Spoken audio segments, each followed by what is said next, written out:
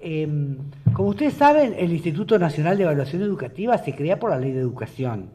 Desde el año 2009 se incluye en la ley, pero recién en el año pasado se logra instalar una comisión que será quien tendrá que darle carácter al instituto. ¿De qué se ocupa el instituto? Un instituto de evaluación educativa, según la ley, debe encargarse de la evaluación de la educación inicial y primaria, secundaria, media y técnica. Hasta allí llega la competencia del instituto.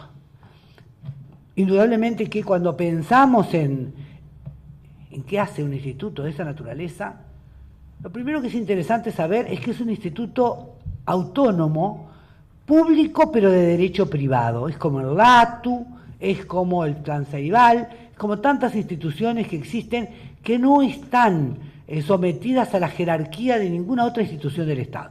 Y a veces nos parece, decimos, hay una cosa suelta, ¿será bueno, tendrá sentido?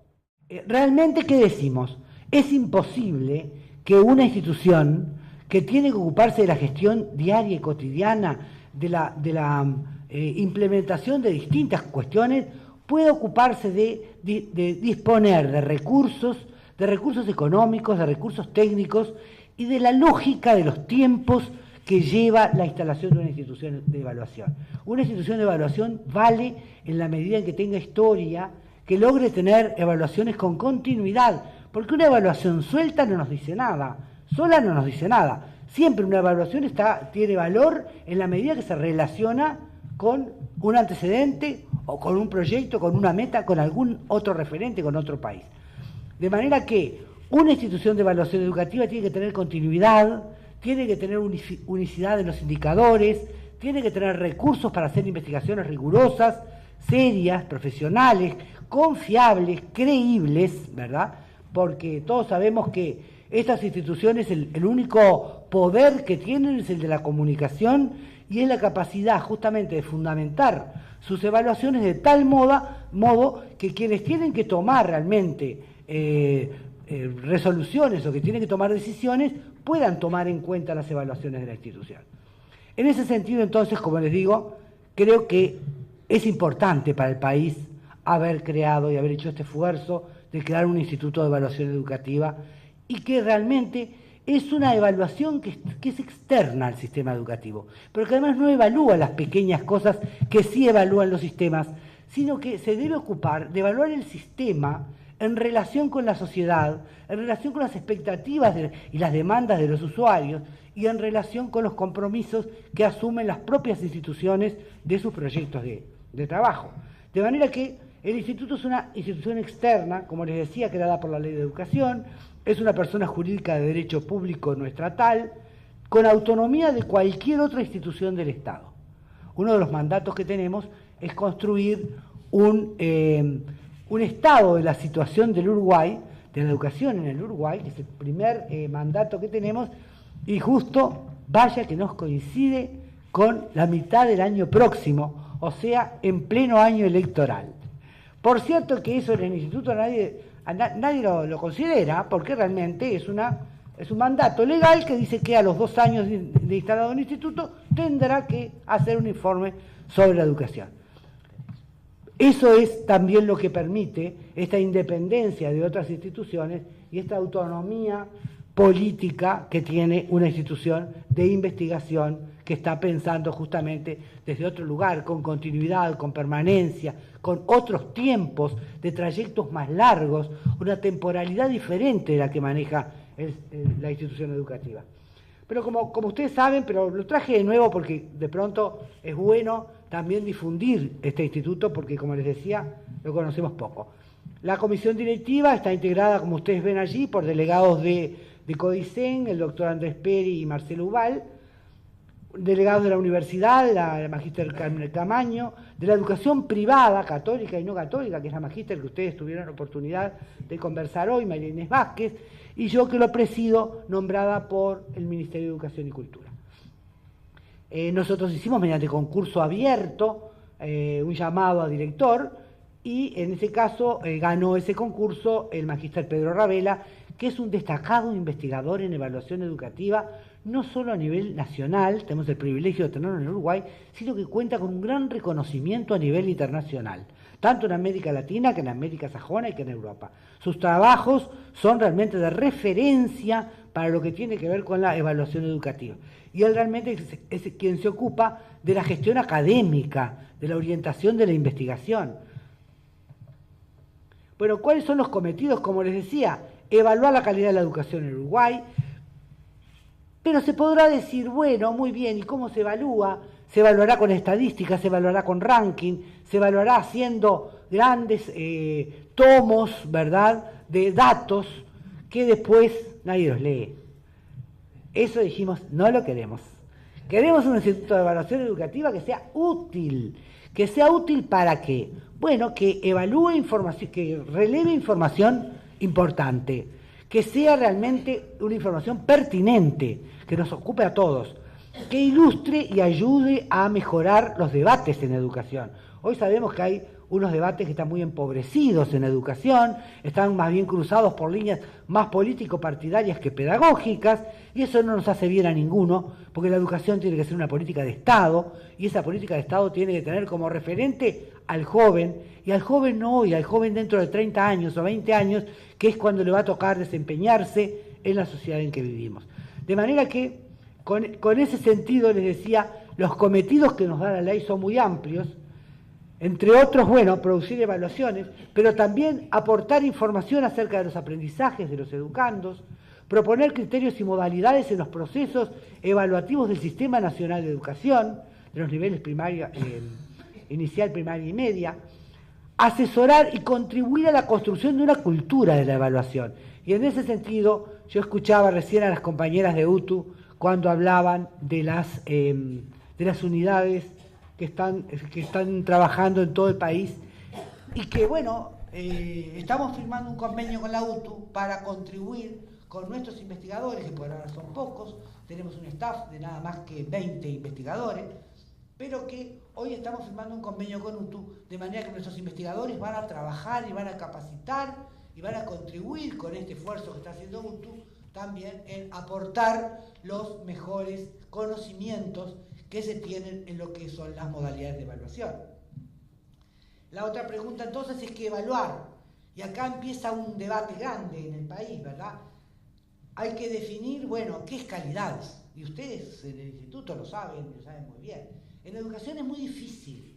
Se mezclan allí atributos o interpretaciones que se le asignan a las palabras, a veces, de distintos lenguajes y de distintas corrientes filosóficas y políticas, y a veces hay dificultades de comunicación y de entender realmente qué se quiere decir con calidad. Nosotros entendimos de que como es una expresión tan compleja, pensamos que la institución educativa y la educación hay que mirarla desde muchas calidades, porque una calidad del sistema educativo tiene que ver con el cumplir o no cumplir con la universalidad, por ejemplo, de la educación media. Eso tiene que ver con calidad. ¿Cuál va a ser nuestro sistema? Tendrá calidad cuando logre incorporar a todos aquellos jóvenes que tienen que estar hoy en el sistema educativo que no están, ¿verdad?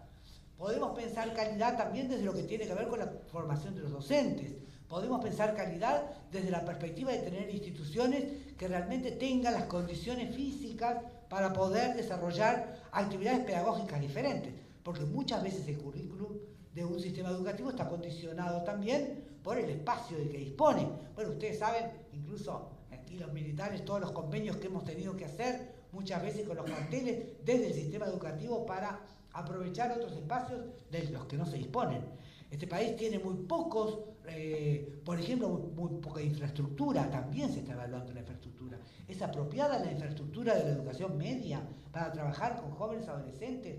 Al extender incluso la carga horaria de 6 horas sentado en un banco, en una casa vieja, ¿puede un adolescente soportar? ¿O tendrán que tener canchas, o tendrán que tener otros espacios donde se pueda movilizar y vincular con el conocimiento y con el saber desde otro lugar, desde otro espacio también, que también importa? En ese sentido se están haciendo y se han hecho muchos esfuerzos por construir nuevas instituciones. Quizá lo que se ha debatido poco es sobre los formatos y los modelos de esas nuevas instituciones, si realmente están o no acordes con un proyecto educativo de futuro que se quiere plantear. Entonces, uno de los grandes desafíos, como decíamos, es el que entendemos por evaluación y que entendemos por calidad. En ese sentido nosotros decimos, bueno, el instituto tiene que servir ¿para qué? ¿Para qué debería servir? Para que sirviera, como dice aquella vieja expresión de una amiga argentina. Para que sirviera tendría que contribuir a mejorar la calidad de la educación, que es la preocupación que tiene todo ciudadano uruguayo en este país. De manera que desde esa perspectiva decimos, bueno, no alcanza solo con evaluaciones que den cuenta del estado en que está el edificio, del estado en que están los estudiantes, del estado en que están los docentes. Acá lo que tenemos que explorar es por qué, cuáles fueron los factores que contribuyeron a esto y cuáles deberían ser los distintos caminos que desde las distintas investigaciones se pueden encontrar que puedan ser útiles, y con este camino tendrá tal costo y será posible o no será posible, a efecto de poder aportar un panorama a quien tiene que tomar decisiones que sea bastante más importante que solamente aportar números de datos, de los porcentajes, que a veces no sabemos ni lo que quieren decir. Yo me divierto mucho con la gente cuando hablamos de la repetición, por ejemplo en el Uruguay. ¡Ay, qué porcentaje tan alto de repetición que tenemos en el Uruguay! Mirá en Finlandia. Y bueno, en Finlandia no tiene repetición, porque nadie puede repetir, porque no existe la repetición. Entonces no podemos comparar países que no tienen repetición con el nuestro, cuyo currículum tiene prevista la repetición. En Colombia, por ejemplo, hay una ley nacional que aprobó el Parlamento hace ya varios años que dice que no pueden repetir más del 10%. Y las instituciones se arreglan para ver cómo hacen para cumplir con esa ley. ¿Cómo se arreglan? Bueno, algunos nos dicen, pasando a todos y que sepan nada. Pero no, porque en Finlandia pasan todos y no es sin que sepan nada, ¿verdad? Una cosa es el requisito de la repetición y otra cosa es el requisito del aprendizaje. Que cuando nosotros decimos repite, decimos el aprendizaje lo tendrá que lograr en otro año. Y no lo logra, porque sabemos bien lo que ocurre. El chiquilín se frustra, ¿verdad? Se debilita, pierde entusiasmo, se siente marginado. Todo el mundo le pregunta, ¿cómo te fue en eso repetir? Soy repetidor, ni siquiera estoy repitiendo, ¿verdad? Una condición de ser, como ser morocho, ser ruso, ser repetidor. Es realmente una mochila muy grande para cargar en la espalda, ¿verdad? Y lo comparamos con cosas que son incomparables. Eso habrá que discutirlo, bueno. ¿Realmente se recupera un estudiante repitiendo? ¿O tendremos que buscar mecanismos de recuperación que acompañen el proceso durante el año para que cuando lleguemos a fin de año todos hayan aprendido lo que tienen que aprender dentro de sus capacidades, como decía hace un rato la compañera, y dentro de sus posibilidades, ¿verdad? Y dentro de lo que son los requisitos de lo que es un sistema de educación pública. Entonces, en ese sentido, decimos, bueno, muy bien, aportar investigaciones, aportar información, contribuir al debate, contribuir a mejorar la educación pública, relación con los otros actores del sistema vinculados a las evaluaciones. De manera que el instituto, una de las áreas que primero creó, fue un área de comunicación. Pueden entrar todos a la página web www.ined.edu.uy y allí van a ver que estamos permanentemente trabajando en difundir información, en recoger aquellos aspectos que son importantes de las prácticas educativas. Como decíamos entonces, los primeros debates tienen que ver con esto, evaluar para qué, para contribuir a mejorar la educación del Uruguay. Conocer y difundir conocimientos rigurosos sobre el sistema educativo, no aquello de que yo creo que no, acá hay que trabajar realmente con pautas comunes. El otro día en un debate medio duro que tuvimos con Sonia Brescia, decía, ¿para qué un instituto de evaluación educativa si la educación en este país es de cuarta? Lo dijo ella por la radio, así que la puedo repetir. Digo, mira, justamente, para que una periodista de tu nivel no tenga que decir la educación es de cuarta y pueda realmente referirse a la educación desde datos, indicadores y referencias que puedan dar mejor cuenta de lo que es la educación en el Uruguay. Y de eso falta mucho, ¿verdad? Falta mucho. No hay prácticas de acumulación de información, hay muchas investigaciones y las áreas de mucho tiempo, hay un área de investigación en Ecodicen y de evaluación que también se está desarrollando. No obstante, muchas veces las investigaciones no son compatibles porque un sistema educativo o un subsistema toma un indicador que no es compatible con el otro, y esos son unos problemas que tenemos para unificar las estadísticas. El concepto de deserción para la UTU no es igual que para secundaria, y después cuando estamos juntando los resultados nos están dando cosas que no valen lo mismo. De manera que construir indicadores comunes, de acuerdo con todos los actores, con todos los sistemas.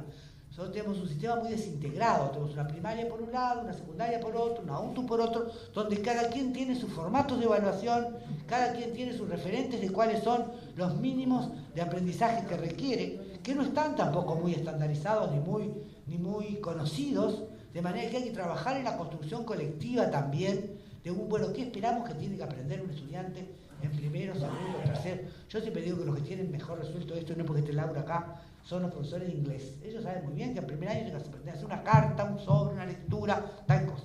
En cambio los de historia no, porque empezamos con una cosa y con otra y al final nunca sabemos bien qué es el mínimo que tiene que saber un estudiante para poder pasar de año. Porque en ese escrito sacó 2, porque en el otro sacó 4, porque en el otro sacó 1, porque no habló el día que tenía que hablar. No tenemos con qué dar mucha cuenta de qué es lo que tenía que haber aprendido y qué es lo que no aprendió. Y sobre eso estamos trabajando. De manera que como les decía, las principales líneas de trabajo que tenemos hoy, la idea es abordar la evaluación del sistema con una mirada amplia que incluya, además de los aprendizajes, otros aspectos relevantes, como la gestión y funcionamiento del sistema, y no solo de los centros, también de la estructura del sistema, consejos, códice, cómo funcionan, estructura dentro del propio sistema, cómo están distribuidas las responsabilidades, las inspecciones, cómo funcionan, el estado de la infraestructura, las condiciones de trabajo, las prácticas de enseñanza. Estamos haciendo una investigación sumamente interesante que tiene que ver con ver qué se exige en sexto año de primaria para promover, ¿verdad?, en las distintas áreas, matemática, español, pero no solo, también ciencias sociales, experimentales, competencias, y qué se exige después en primer año de ciclo básico. Ahí es donde tenemos una de las mayores brechas de pérdida de alumnos. Se está trabajando en aula con docentes para tratar de ver si se puede identificar dónde están los desfasajes entre uno y otro nivel. La implementación e impacto de los diversos programas e inversiones, nos decía el ministro, bueno, hay muchos programas que están funcionando, que apoyan distintas modalidades, compromiso educativo, ProMejor, aulas comunitarias, maestros comunitarios. ¿Cuánto inciden esos programas en el presupuesto de la educación? Y realmente, ¿qué resultados tienen en el conjunto de la problemática que se proponen abordar? De manera que estamos haciendo un convenio también con Educación Media a efecto de poder hacer un seguimiento y una evaluación de todos los programas que se instalen. Más aún, nos gustaría que saliera una ley que dijera que cada vez que se asigna un presupuesto para un programa, tuviera incluida una evaluación, de manera que se pudiera conocer qué se espera de ese programa y qué dio ese programa, incluso para replicarlo, para mantenerlo, para proyectarlo.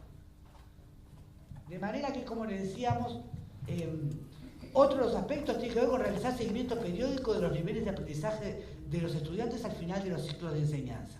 Nosotros queremos hacer un sistema de evaluación. Hoy por hoy ya existe dentro del ámbito del CODICEN la evaluación de enseñanza primaria, en tercero y sexto, por un proyecto de UNESCO, que está instalado desde hace muchísimos años. También se está desarrollando lo que se llama la evaluación en línea, pero que es una evaluación de corte formativo. Solo se da el resultado al maestro, es opcional, el maestro elige si quiere participar o no, y nosotros dentro de esa plataforma de evaluación formativa en línea, que ahorra mucho papel, porque acuérdense lo que eran las pruebas famosas que tenían que hacer cientos de miles de estudiantes, la ventaja nuestra es que utilizando esta plataforma de evaluación formativa, tratar de hacer una evaluación de aprendizajes con el rigor que implica una muestra que tiene que ser representativa, que tiene que cumplir con determinadas condiciones, auditada por el propio instituto con técnicos nacionales y de otro país. De manera que eso es uno de los trabajos que estamos haciendo.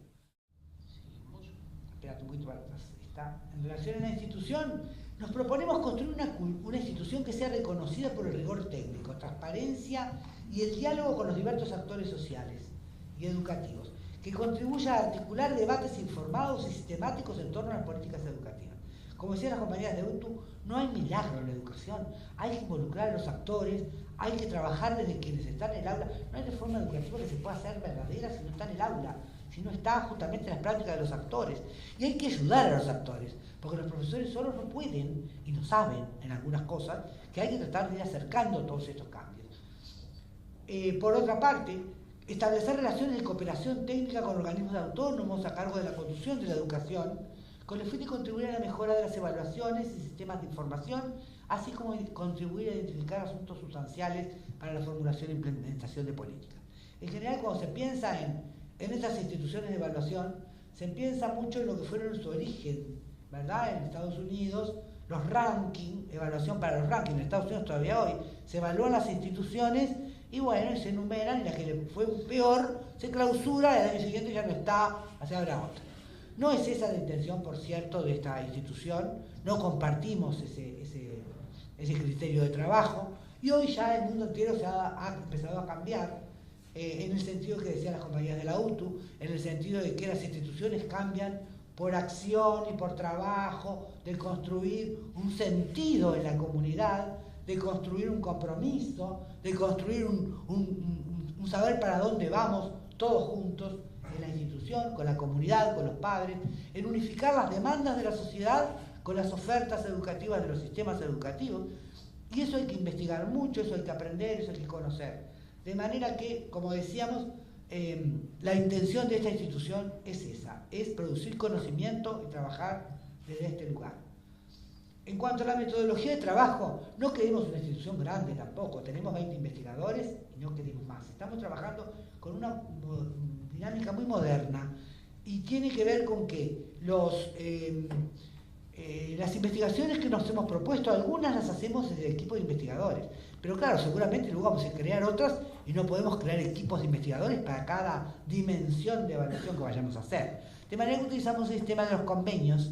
Tenemos un convenio con el Instituto de Economía de la Facultad de Ciencias Económicas para un investigador nuestro, ¿verdad?, pueda trabajar con un equipo de facultad en base a un proyecto que nos interesa a nosotros y que a ellos también, y que luego podemos compartir los resultados de la investigación de manera que se nutran las instituciones de las distintas metodologías de trabajo y de los resultados, y que también eso permita enriquecer a los propios investigadores, porque un investigador aislado muchas veces pierde de vista un montón de otros componentes que si se integra un equipo de trabajo entre otras instituciones.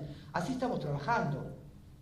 Y tenemos convenios con muchas instituciones, como les decía, públicas y privadas, Facultad de Ciencias Sociales, estamos trabajando también con la Fundación Astur, de Enrique Iglesias. Ustedes saben que este año se cumplen los 50 años del plan de la CIDE, y en todos los aspectos de la vida de este país, el plan de la CIDE constituyó un antes y un después del conocimiento de este país. Y en ese sentido nosotros tomamos como línea de base para acumular y para desarrollar nuestras investigaciones el plan de la CIDE, porque en educación, aunque les parezca mentira, muchas de las cosas que se plantearon allí todavía hoy no se resolvieron y son tan vigentes y tan importantes como en aquella época. De manera que también estamos con Facultad de Ciencias Sociales, llamamos una beca a investigadores que están avanzando las líneas de investigación como les decía, el plan de la CIDE, desde hace 50 años hasta ahora. Nombramos jóvenes investigadores de 30 años, la edad que tenía Iglesias, Astori y todo este equipo cuando hizo ese plan. Realmente la investigación es fabulosa. El otro día nos presentaron un adelanto. Enrique Iglesias quiso venir. Yo dije, ay, va a mirar 5 minutos y no, se quedó toda la mañana discutiendo con los chiquillos, pero realmente maravilloso. Porque la idea es que cuando terminen con este proceso que están realizando, dialoguen con los viejos fundadores de ese plan de entonces, que hoy viven, que hay muchos, Rama, Curiel, Astori, como decíamos, Servino, infinidad de investigadores, de personas que todavía hoy existen, y que podamos de repente empezar a construir un proyecto y una línea de base del sistema educativo que sea compartible con todos y que no se partidice como pasa generalmente, que pueda traer realmente una mirada más de país, y de país vinculando la educación con los otros demandas sociales. Entonces, como decíamos,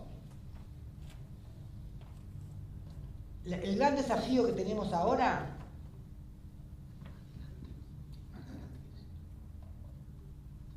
la prioridad que tenemos ahora, en la que estamos trabajando, y desde ahí pusimos nuestra mirada, es elaborar el primer informe bienal al 2014, que es un mandato del artículo 116 de la Ley de Educación.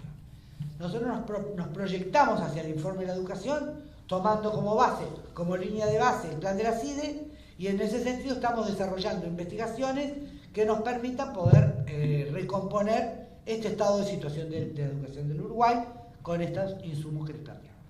Esa ha sido un poco la idea.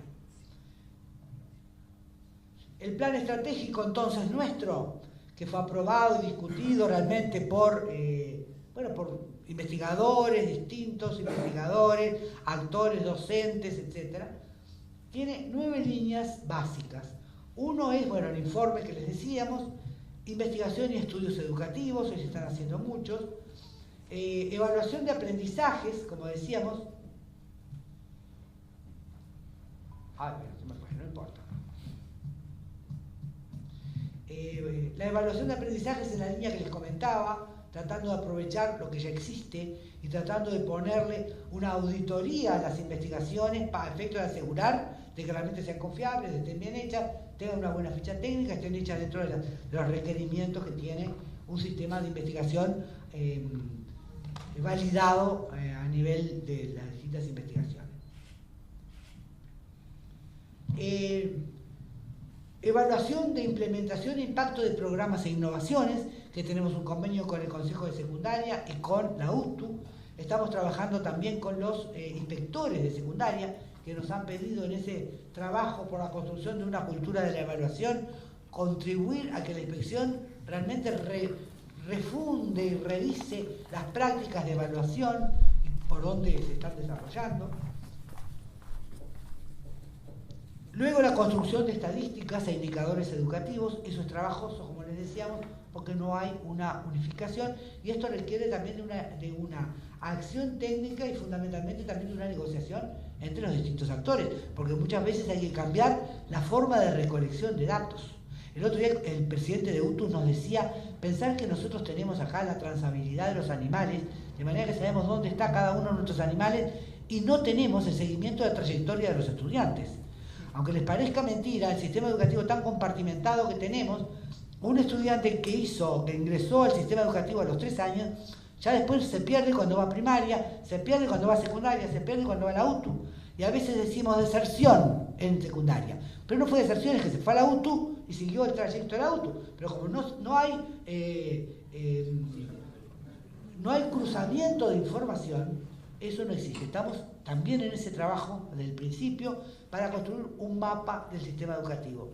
Y creemos que el sistema educativo no es solo la educación pública, es también la educación privada, pero es también la educación no formal, son también las academias, son también las ofertas educativas que andan por ahí y que mucha gente de distintos lugares acude y que realmente muchas veces resuelve muchos problemas en muchos lugares. La otra cosa que nos importa mucho es mejorar los procesos de evaluación en el sistema, ¿verdad? Y lo otro, decíamos, sistematización y gestión de conocimiento didáctico práctico. Las buenas prácticas hay que tratar de reproducirlas, hay que comunicarlas, hay que difundirlas.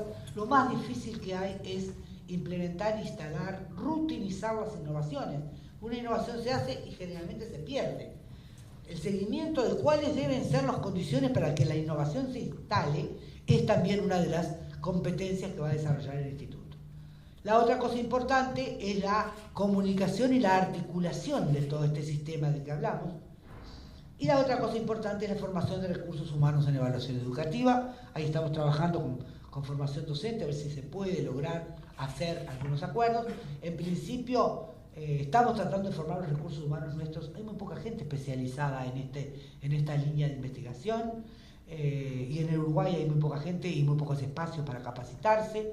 Hemos hecho un seminario gracias al aporte de la Embajada de Estados Unidos, mediante una donación del Ministerio, y mandamos un equipo justamente a visitar aquellos centros de evaluación y de investigación que más nos interesaban. Mandamos otro equipo a México. México es uno de los institutos de evaluación educativa más viejos de la región.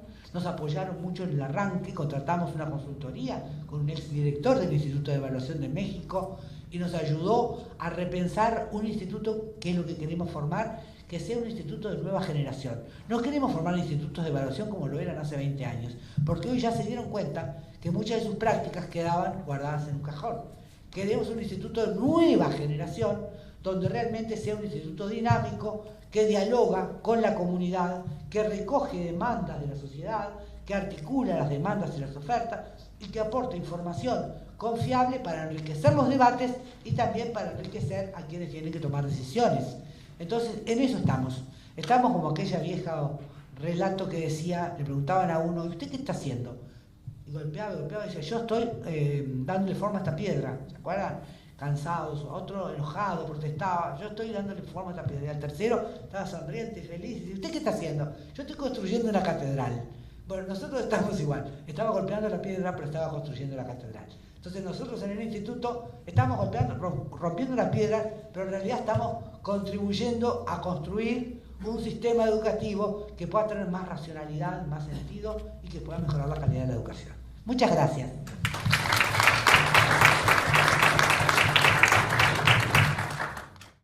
Creo firmemente que se está construyendo el Uruguay acá 50 años y creo que no hay inversión que tenga un periodo de repago tan largo como la inversión en educación. O sea, lo que nosotros invertimos hoy en educación va a ser amortizado a lo largo de 50 o más años, porque todos sabemos que somos producto de un sistema educativo que nos formó hace unos cuantos años, ¿verdad? Y todavía, si Dios quiere, vamos a estar mucho tiempo más dando algunos frutos que esperamos que sean positivos. Y entonces le cedo la palabra a la amiga profesora Laura Mota. Buenas casi noches a todos. Primero que nada agradezco mucho la invitación y para mí es un gusto estar en el día de hoy compartiendo con ustedes este espacio. Creo que esta jornada ha sido un excelente ejemplo de lo que es el sistema educativo uruguayo. Y digo el sistema educativo y no le pongo público, porque acá tuvimos el sistema educativo uruguayo en toda su extensión, en el sentido que abarca lo público y lo privado, y esta es también una característica del Uruguay, porque el Uruguay, si bien tiene un sistema educativo público fuerte, también abre sus puertas a un sistema educativo privado que da una oferta a quien quiere otra modalidad que no sea la pública.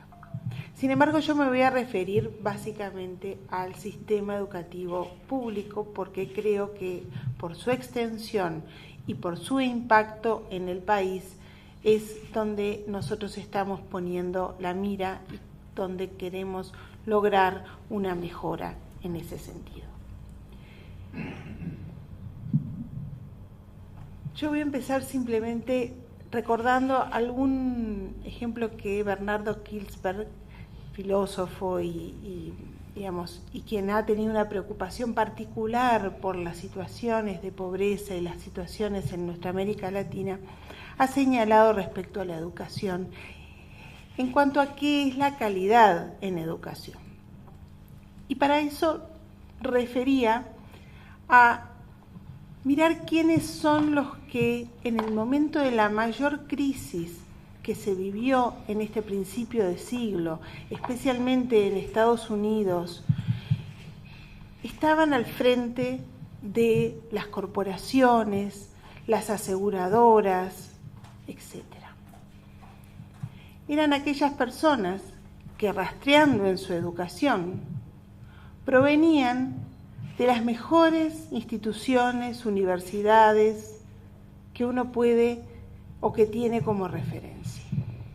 Y sin embargo, el impacto que tuvo su acción en el mundo fue un impacto muy fuerte y que sin duda marcó a mucha gente, a muchas personas.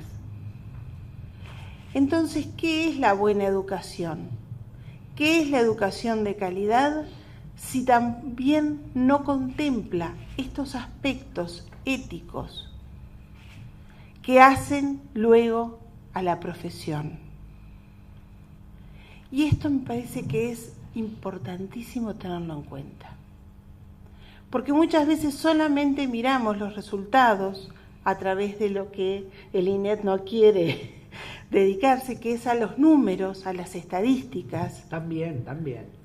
Un poco también.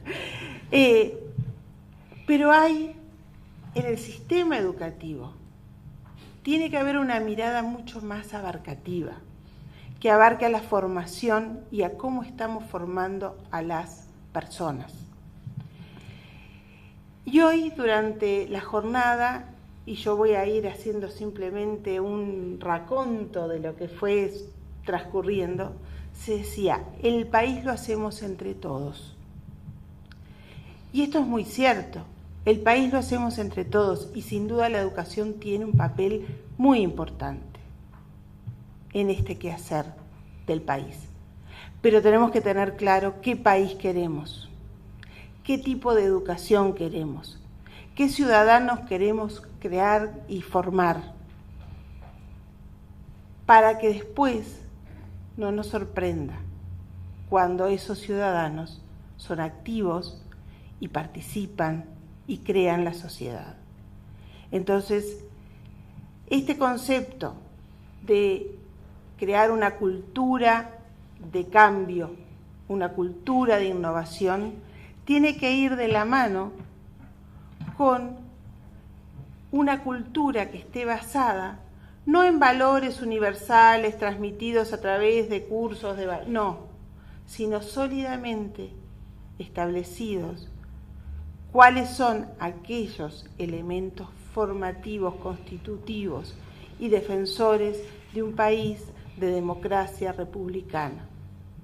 Entonces ahí es donde seguramente nos vamos a encontrar y vamos a encontrar cómo caminar hacia esos cambios que tienen que ir de la mano con los cambios que está viviendo la sociedad. Normalmente sucede que la educación va en respuesta a lo que pasa en la sociedad. No siempre es capaz de adelantarse a lo que va a suceder. Y la sociedad le demanda porque ha avanzado en determinados campos y le demanda a la educación que responda a esos avances. Hoy esos avances también tienen que ir de la mano de una cultura ética. ¿Por qué digo esto? Miremos simplemente lo que pasa con los avances de la ciencia, tan importantes, pero que se constituyen en el fiel de la balanza. Porque así como la ciencia avanza y nos trae de la mano muchas posibilidades de mejora, también nos trae otras problemáticas, por mencionar algunas nada más: la contaminación, la contaminación nuclear, simplemente para mencionar algunas de las que hoy están en el tapete porque las vemos en las tapas de los diarios o en los noticieros. Entonces, crear una cultura de calidad, tenemos que tener bien claro sobre qué educación queremos transitar. Y yo me permito decir que la educación no puede ser nunca una mercancía que se compra y se vende. Porque en ese sentido estaríamos en un modelo en el cual no hay una cultura ética que esté en sintonía con esa educación y con esa ciudadanía que queremos formar. Por tanto, trabajar en una cultura de calidad significa